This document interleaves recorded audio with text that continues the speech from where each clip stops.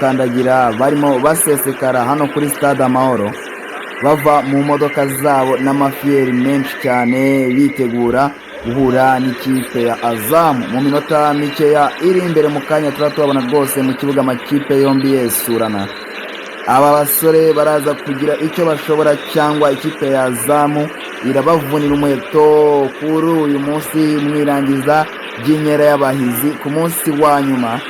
Reka dutegereze turebe niki aba basore bashoboye niki bari bukore. Yewe rero turaza kuba turi kubana gatanu ku kandi nk'abandi fixe nk'ibisanzwe mubwira ngo niba udakeneye kuza gucikwa n'uyu mukino ibuka kandi subscribe.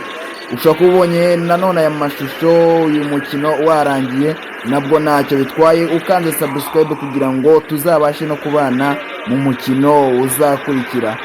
Ibuka ukande subscribe kabisa dukomeze twibakire umuryango mugari ubundi ko ibintu bigenda bitera imbere natwe tujye tugwa ibyiza biruta ibyo ubona uhawe kuri uyu munsi.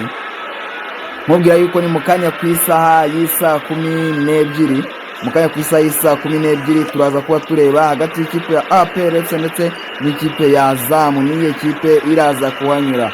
Ese umucyo urataha mu gihugu cya Tanzania cyangwa umucyo uraguma ina mu gihugu cy'u Rwanda? Tuze turebe ngo bimeze bite rero uko niko bagiye bava mu modoka buri wese n'udukoresho twe rwose ubona ari abasore bafite amafiyeri ndetse n'amafresheri. Urabona rwose abasore bagenda babyina n'umuziki wabo bavuga bati ibintu ni boy ibintu ni bye bashimangira intsinzi.